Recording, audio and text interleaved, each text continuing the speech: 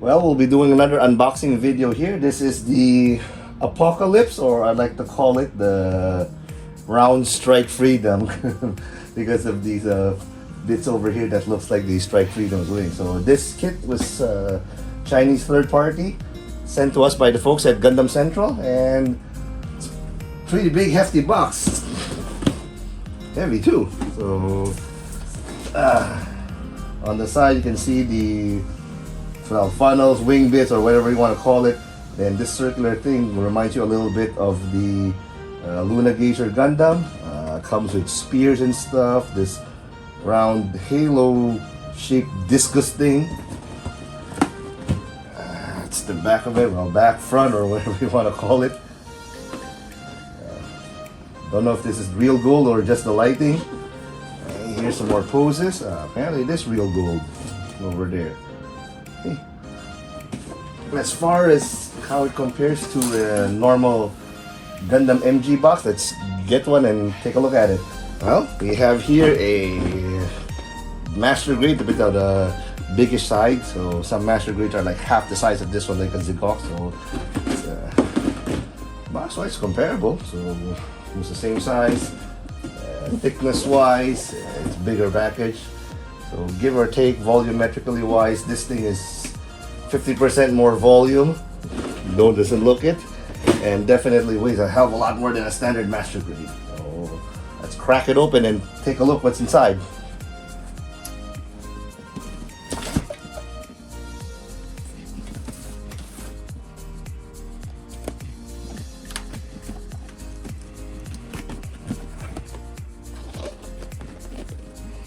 Like most Chinese third-party kits, it comes like this, so it's not a top and bottom box that separates out like the Gundam kits, like the one from Bandai. So it's a sleeve like this, and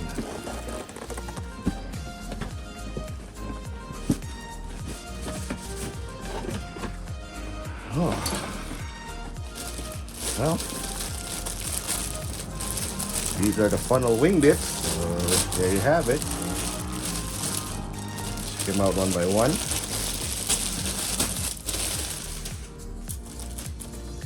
Two sets of funnel bits right there.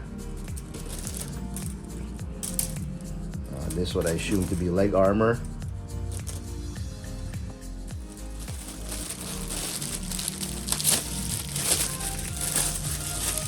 Side skirts. Waist stuff, waist armor, inner frame stuff. This looks to be a shield adapter here. Plastic wise, yes, these Chinese kits have come a long way. It doesn't, well, I'm sure you read a lot about online on plastic feel, quality, and how exactly different from Bandai, and I will tell you how it is that you're able to tell. First and foremost, you bend it.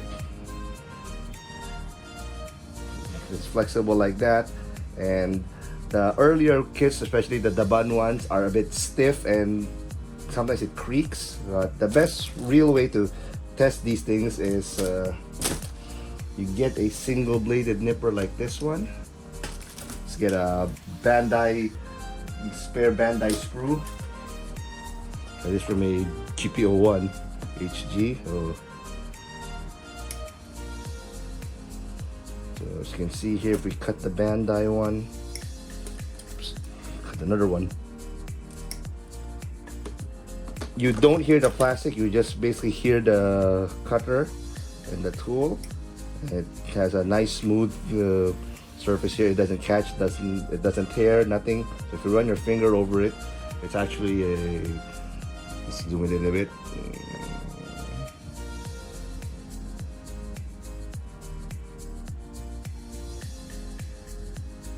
Yes, it is wide and everything, but if you run your finger over this one, it doesn't catch. So it's basically still a smooth piece of plastic. There are no burrs, there's no ridges, teeth, or anything. So we'll cut this one. The nipper actually sounds the same. And if I run my finger through this, yes, it doesn't catch also. It's quite smooth. Cut it again. It's in one motion, and all you hear is the cutter doing the sound. Let's compare that with something that's, if you don't have a single blade nipper, use something like this one. It's kind of crude. There's a snap that comes off of it. This one too, if we cut the Bandai one. Oh, see, the snap is a bit softer on the Bandai one. On this one, it's not bad, but it's audibly louder when you cut it.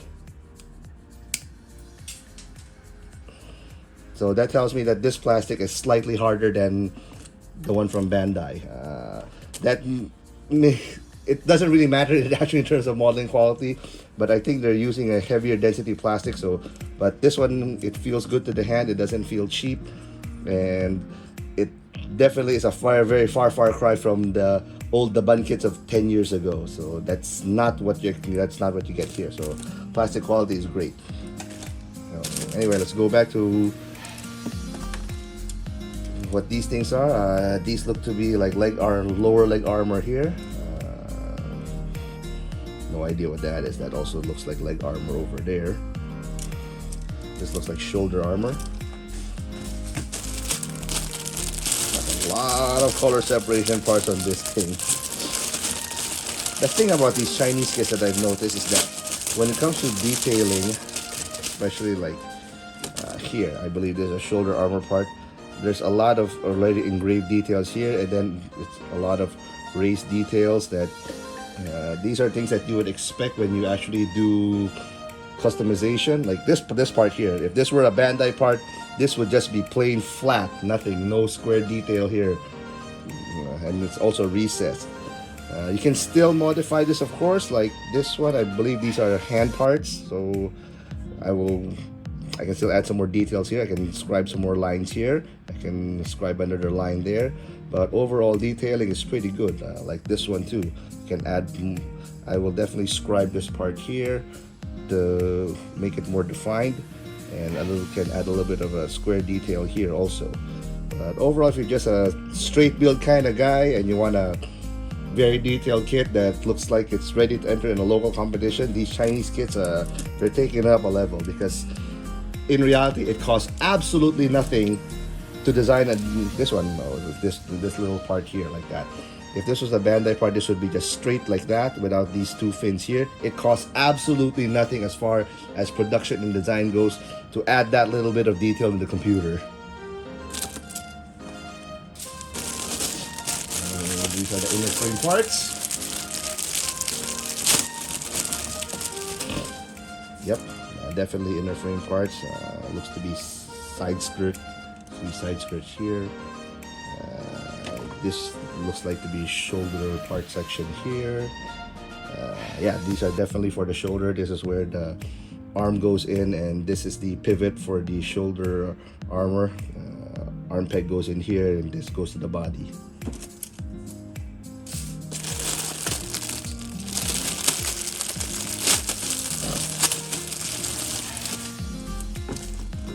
Dark blue part, so this looks to be the back side. Yeah, that's the back side. These are, looks to be I won't call them shoulder anymore because they engrave from the shoulder all the way to the front.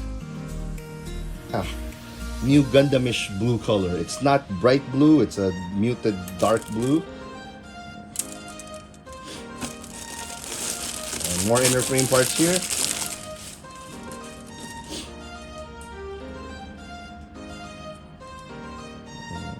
Not sure if this is a lower foot or not. We get two of them, so that means these are definitely leg parts here. Yeah, this looks to be the lower foot part here.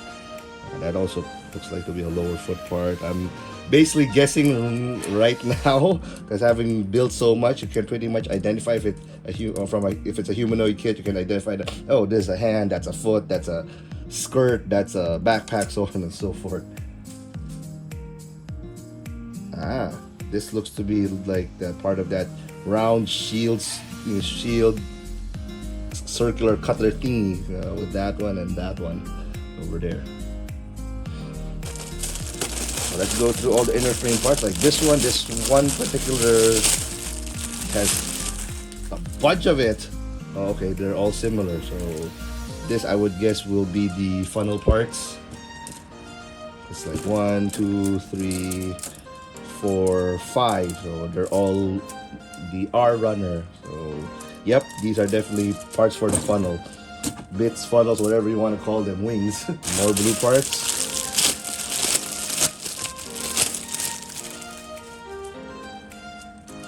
You get 2 of it also. Since these are multiple ones, these are also funnel parts. So we already have 5 runners for the funnel parts, and then 2 previously for the armor. So the funnel parts are already at 1, 2, 3, 4, 5. There are about 10 runners and counting.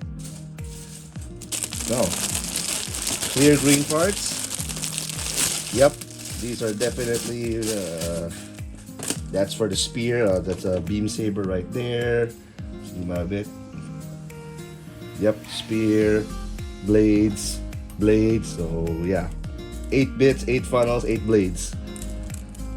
And these are the light green clear parts. We also have a set of optional dark green clear parts. I kind of like these better than the light green ones. So yeah, these are optional. It's either or. So if you like them neonish green, that's your option. If you like them darker green, which like I do, you can have it also. It's exactly the same runner. So it's about 12 runners just for the fins and funnels alone. And oh, it is gold parts. So, yep, that's for the horn over there. They seem to be undergated. Yeah, they are undergated here, especially this is for the head collar part of the collar. They are undergated. So yes, it's undergated here. Even the head crest is somewhat undergated here, and these bits are also there, undergated. Okay, they took a lesson from Bandai, which actually they like to undergate it. So this one here is also undergated, so when you snap it in, you don't see the nub mark. This one here is not undergated, but I'm assuming when you do the assembly, this will be covered also. So yeah, don't have to worry about nubs on these things anymore. The Chinese definitely take down notes and listen to what people want. That don't want to spend a lot of time filing and getting rid of the nice shiny plating. And the gold wise, it's a matte gold. It's kind of a matte gold thing here. It's not super duper shiny. It's not chrome, but that's nice also, because when you matte top coat this, it'll pretty much remain this color. You will not, because if it's a shiny chrome gold one and you matte coat it, you will basically dull it. So this is dull to begin with, so if you matte coat it, it'll still be this matte color. N1, oh, there's 2 N1, there's 2 N1 runners here. They're the same thing. 2 O runners. Guessing these are also funnel bit parts here. There's like 8 of them. Yeah, same thing. Ah, the circular shield discus thingy. This forms the throwing shield there. I guess the flying saucer shield cutter doohickey. Oh, smattering of red parts.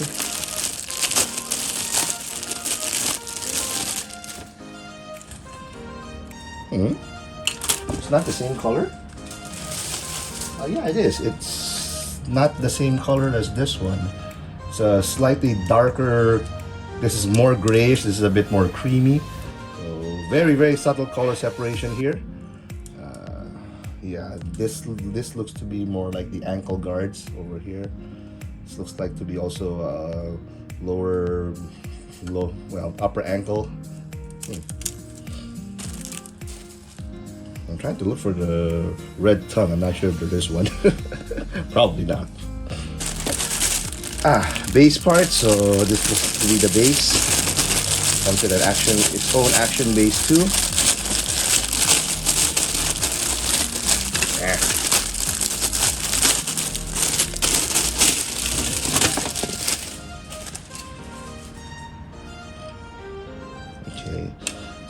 it slots into that. That thing slots into there, and there's an this one is an adjustable height rack, so you can pull off some poses. There's a gear system here to lock the arm in place.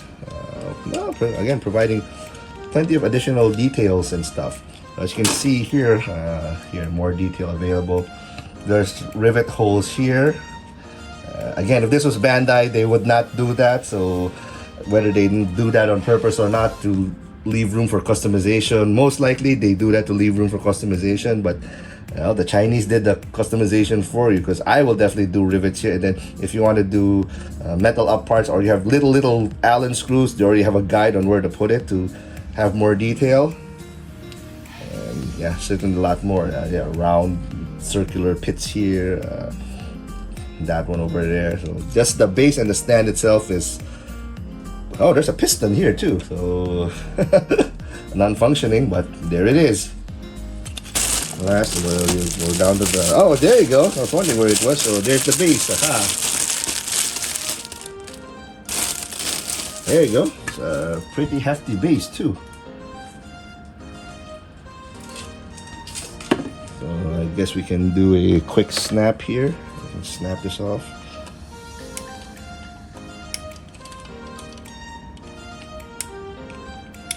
I've noticed this much about the Chinese kits. They have always a recess. You can put all the little extra bits, but based on the last one I did, it's not enough room to put all your extra bits here. So this goes like that. Goes here. Let's cut it some more.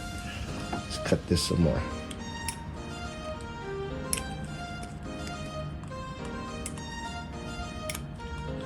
It's actually undergated also. Let's do 2 cuts here.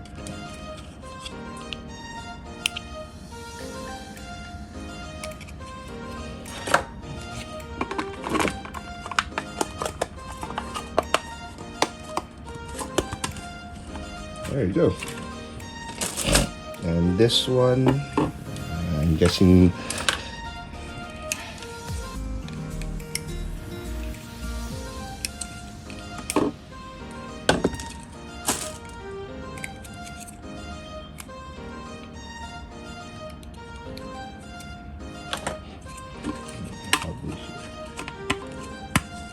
there we go. Well, it can be here, or it can be here depending on what preference you have for the base. I'm guessing these little things are to slot the funnels in too. So you can display it in all its big glory. Hands and hand pegs and wrist pegs, wrist articulation. So these are the hands, and on the first glance they are on the big side. Well, like I said, it costs nothing extra to design these things extra big. So these are 100 kit, but this most likely would be on the height of the bigger 1/100. So like think of New Gundam, Hainu, Sazabi. So it's a bigger hand. So you have the open palm, you have the rifle hand, you have the closed fist, more closed fist here, thumbs. Well, at least they went with these kinds of hands, because I hate doing individual fingers. More pegs, more ankle, wrist articulation pegs. Well, and these are pretty much the same design as the Hainu Gundam to hold the funnels. Yeah, pretty much that one. It is a clear plastic. It's a round cross section. I thought there'd been a plus cross section, like a Lego Technique thing. No, it's round. It's a round piece of acrylic. Oh, not bad. It feels a bit more flexible than Bandai too. The Bandai clear parts are definitely stiffer. Let's see, let me cut one out, see what happens. Okay, it's still a bit crunchy. Yeah, but yeah, a bit less than Bandai one. The Bandai one would have an obvious snap when you cut it out. Okay. So there's 2 of that. We have a very big decal sheet and normal sticker. So interesting here. You have eye color selection, green, yellow, red. And from what I'm guessing here, oh, we have one sticker dot here missing. I don't know what that is, so most likely I won't probably put that, but they look to be the same one, so hopefully they're just duplicates. Again, you have options, I'm guessing, for red green here, then more red green here. Just like the funnels, you have options for colors.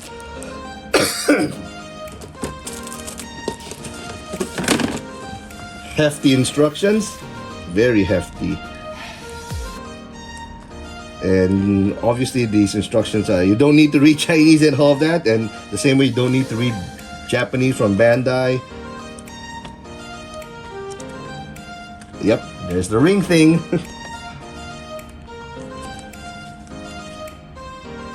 Congratulations, you have completed the setup of Apocalypse basic form. We are about to enter a more challenging assembly of the Halo mode and the wing mode section. Hey, not bad. The English translation is actually not bad. There's no grammatical error. Oh, it's called the Halo ring. Oops, sorry, not a shield thingy. Yep. Oh, there's the sticker guide here. And there's still a mist. It's quite heavy. Okay, that's interesting. I thought we covered everything. What is this thing?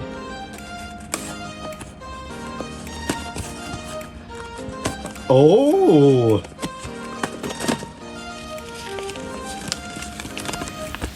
A metal frame. Wait, so you have to build this with the... yeah, I'm looking back and remembering, I don't think I've seen any major parts in the inner frame for these things. So yes, it comes with a full metal inner frame that you just click together. Oh yes, this will be one very heavy boy. Kudos to the Chinese for having these things. So you basically have a Chinese metal build. Luna Gator Strike Freedom. That's what it is, and this is what it looks like inside. I don't think it's quite heavy. I don't take these out anymore. Okay. Oh, I'm guessing these are for the spears too. They are quite heavy. Feels like a metal ball pen. Interesting. All right, so that's everything we have in the box right there. Well, I guess the next video will be me actually building it. It's gonna definitely take a lot more time than I think the runner count is, if not greater, is equal to a Sazabi Verka. If you think that this metal frame saves you time, given the number of other things, no it don't. So maybe more like an MGEX thing. So yes, stay tuned for the next video when I actually build it, and then there'll be a third video after this when I actually customize it. So this is Sydney from Hajime Model Studio, and Hajime Model Studio, as of this recording, is October 19, has always placed in the top 3 of GBWC Philippines. So 2022 is gold, 23 is gold, 24 is silver. So we better get that gold again next year.